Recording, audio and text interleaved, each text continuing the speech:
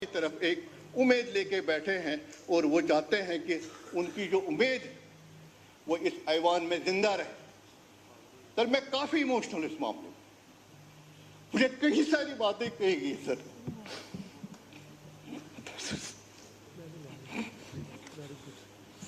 बोलिए, आराम से बोलिए, आराम से।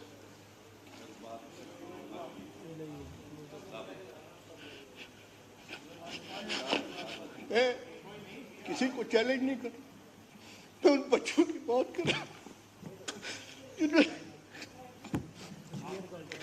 पे नजरें रखी है, मेरे लीडर पे नजर रखी, ऐवान पे नजर रखी। मैं 3 दिनों से सर नहीं सो पा रहा हूं। यहीं पर ये बिल पीछे चली गई। मेरे बच्चे मुझे फोन कर ये कहते, कुछ लोग जो मेरे इलाके के, सर मुझे खुद भी पता नहीं चला जब इलेक्शन कैंपेन थी, ये फर्स्ट टाइमर्स थे सर। कैसे उठाया मुझे, किस तरह मेरे लिए काम किया। तो बोला पापा एक ही हम मर गए, हमें बचाओ। तो बेटा अगर मैं जीत गया, चाहे मुझे सूली पे लटकाएंगे सर, मैं बात करूंगा।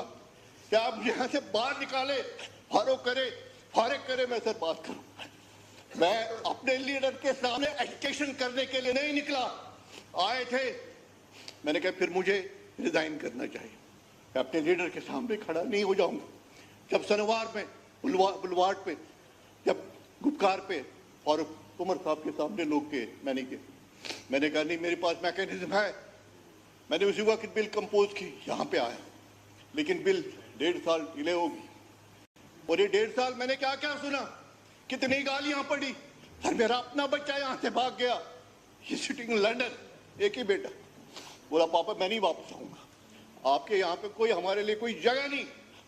आज मैं इस ऐवान को गुजारिश करना चाहता हूँ, अल्लाह के वास्ते इस बिल को इंट्रोड्यूस होने दीजिए। आपके पास मैकेनिज्म है, आप उसको सिलेक्ट कमेटी में भेजिए, जहाँ भेजना है भेजिए। आपने जो जो इंतजाम किए हैं, अगर वो सामने आते हैं, इन्फ्लेक्शियस हो जाएगी बिल। लेकिन अल्लाह के वास्ते मेरे बच्चों के लिए सर मैं डिमांड रखता हूँ, ओपन मेरिट को कम से कम 65% तो होने दें। 65% नहीं, सुप्रीम कोर्ट का इंदिरा साहनी का आप कैप तो लगा लीजिए। रूल 17 को अमेंड करिए, आपकी बात सर रैशनलाइज करिए हॉरिजॉन्टल रिजर्वेशन को।